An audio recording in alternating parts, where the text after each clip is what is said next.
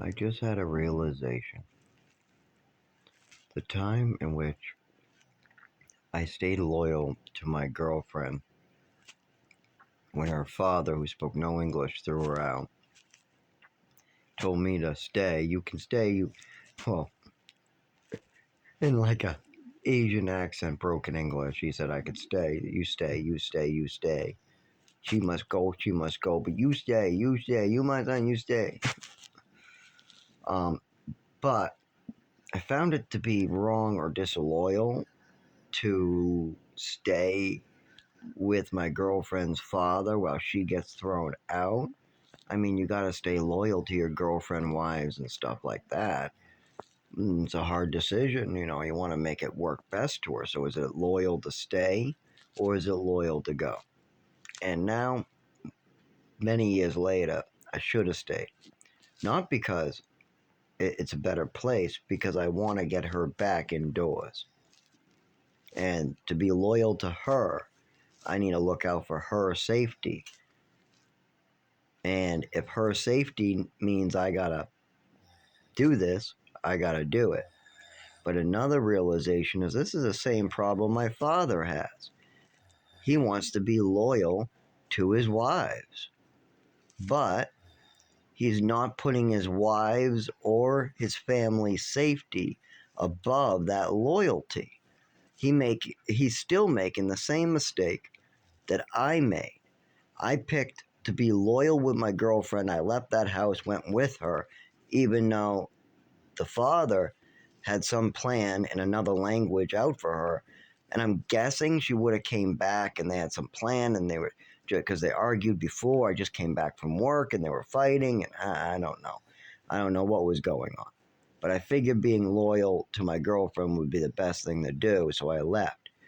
But now I realize being loyal means looking out for their safety. And if it's safer to stay for them, then that's what you do. It's very complicated when nobody speaks English.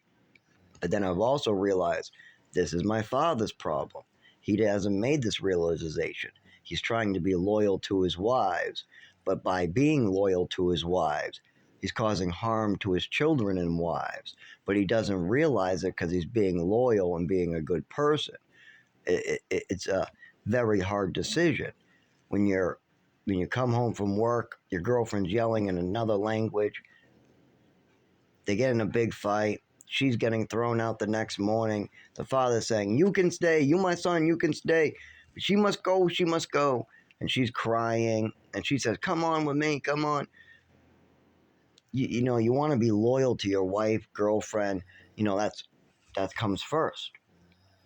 But being loyal also means looking out for their safety. And I didn't realize the bigger picture here. Now, part of that's because I don't speak Cambodian or Laos. But I mean, as soon as if I could have talked to the father, that all would have been totally different. But at the time, I had to be loyal. I had to be, but I wasn't, because I was loyal. I know it sounds confusing, but when you come up with this realization to be loyal, sometimes you got to be temporarily disloyal to look out for the safety of your loved ones. And I didn't realize this in that moment. Now I do. But you have to have it all figured out to do this too. It has to work out. You can't make somebody more unsafe because you had this plan. You can't be disloyal and then cause damage. That's not loyalty. That's not the plan. But if I had stayed and she had come back and things had worked out, then she would have been in a much better situation than where she was 7 days later after she got thrown out of my friend's place. That was a bad situation. She got caught doing stuff in the bathroom she shouldn't have and got thrown out. Once again, the director came in after throwing her out, told me that I am fine, I seem to be very nice, but I just threw your girlfriend out and you're going to need to go with her. I get that a lot.